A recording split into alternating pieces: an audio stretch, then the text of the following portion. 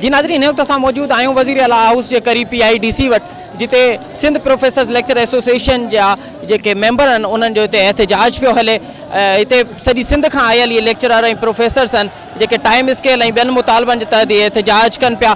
हिन खां अॻु में हू 3 ॾींहं कराची प्रेस क्लब जा ॾाढो एहतजाज हुआ, जितां हू पंहिंजी हिकु मार्च जी शक्ल में हिते आया आहिनि ऐं हिन वक़्त ताईं हिननि जो एहतजाज जारी आहे। अचो त असां मालूम कयूं त हिननि जा मुतालबा कहिड़ा आहिनि ऐं अगरि हिननि जा मुतालबा पूरा नथा थियनि त पोइ हिन जी अॻियां हिकमत अमली कहिड़ी हूंदी। असांजा मुतालबा इहे आहिनि त असांखे टाइम स्केल ॾिनो वञे, छाकाणि जो 17 सालनि खां असांखे बाद में प्रमोशन्स थियूं मिलनि। वधि में वधि असांखे 25 साल त असां पढ़ी करे निकिरूं था, उन खां पोइ जेको आहे सो असां वटि बचनि वधि में वधि 30 साल, उन में 17 साल में हिकिड़ी ॿियो 17 साल असांखे मौक़ो ई नथो मिले त असांखे ॿी जेका आहे सो उहो मिले प्रमोशन मिले।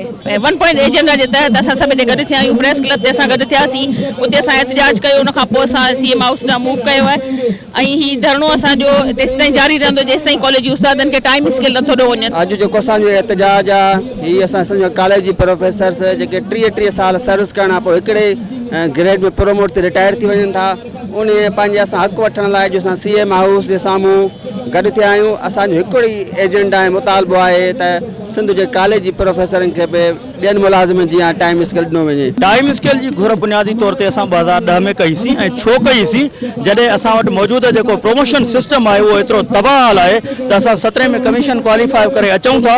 असां पंहिंजे उमिरि अज़ीज़ जा 30 खां 34 साल हिन सर्विस में ॾियूं था, पर पोइ बि हालत इहा आहे त असां हिकिड़े प्रमोशन वठण खां पोइ असांजी अक्सरियत 3 ग्रेड में रिटायर थी थिए पई। असांजो अॼु 1 पॉइंट एजेंडा आहे, घणा के मुतालबा कोन आहिनि, सिर्फ़ु असांजो टाइम स्केल जे लाइ हर डिपार्टमेंट खे टाइम स्केल मिली वियो आहे त असांजो हक़ आहे त असांखे टाइम स्केल ॾिनो वञे। असांजा प्रोफेसर 35-30 साल सर्विस कंदा, सिर्फ़ु उन्हनि खे सिंगल प्रमोशन ॾिनो थो वञे, जेके 17 खां 18 में रिटायर थी था वञनि। जी नाज़रीन, तव्हां हिते एहतजाज कंदड़नि जूं ॻाल्हियूं ॿुधियूं, उन्हनि जो इहो ई मुतालबो आहे त जेसिताईं हिननि खे टाइम स्केल नथो मिले हिननि जो एहतजाज जारी रहंदो। कैमरामैन जावेद जॉन सां गॾु असद मुमताज़, कराची।